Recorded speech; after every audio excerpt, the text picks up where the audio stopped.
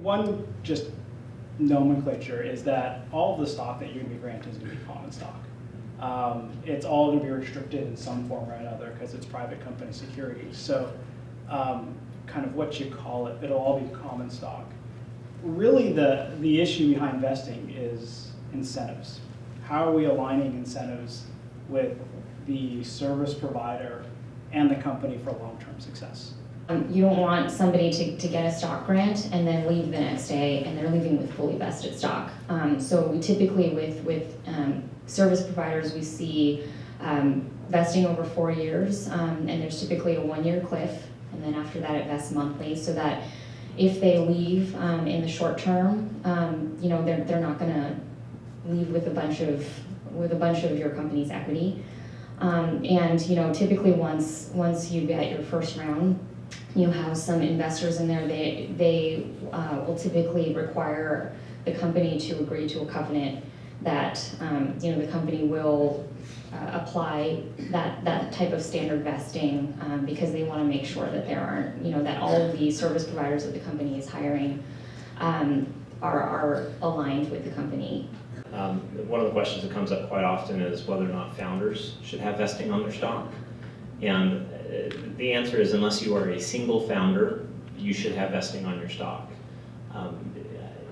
Or if your co-founder is your blood brother since 3 years old, then maybe it's okay not to. But in most circumstances, have vesting on your stock. I've seen too many times where things didn't work out after 3 months and one of the founders leaves, or there's a major disagreement after a half a year and one of the founders leaves, which is fine. You know, people can have disagreements, but they shouldn't walk away with a third of the company when they do.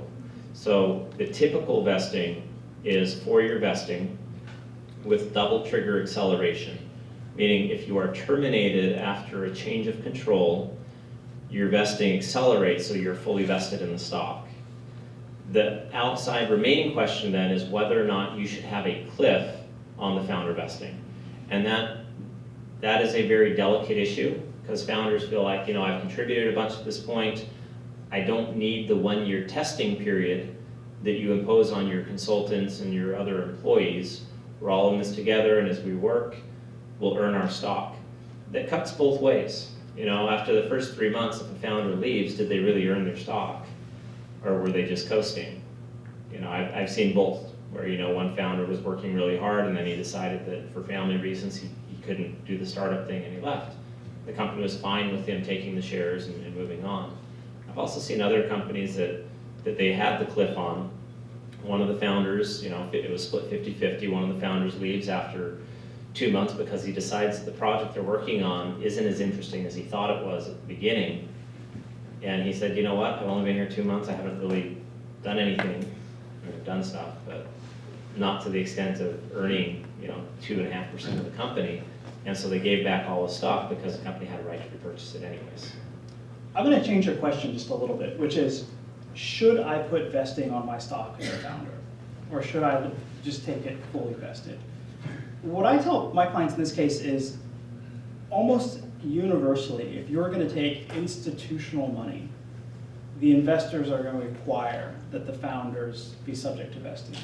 The reason for that is they don't want to put their money into the company and for you to quit the next day.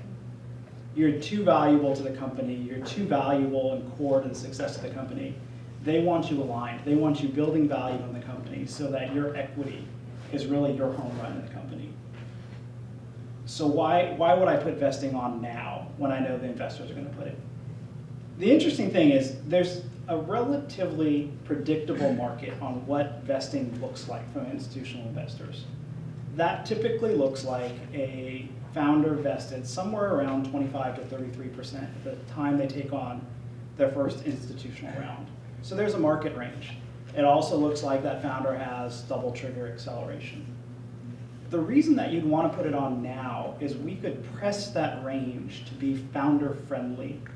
In other words, we could do small things around the definition of double trigger, around when we're structuring your vesting, so that when you're taking that institutional round, you're closer to the better, more preferable edge for the founders.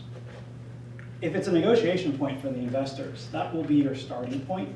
That will not be your ending point. And I think as a practical matter, even more important than that, you just put another topic on the table for negotiation. In other words, when you're negotiating that term sheet, that's another term that you're asking for that you really don't want to be talking about. So I think as a practical matter, you want to have vesting as a founder. You want to make sure you're aligned with the company. And you could set it up in a way that makes sense for the company, but is still founder friendly.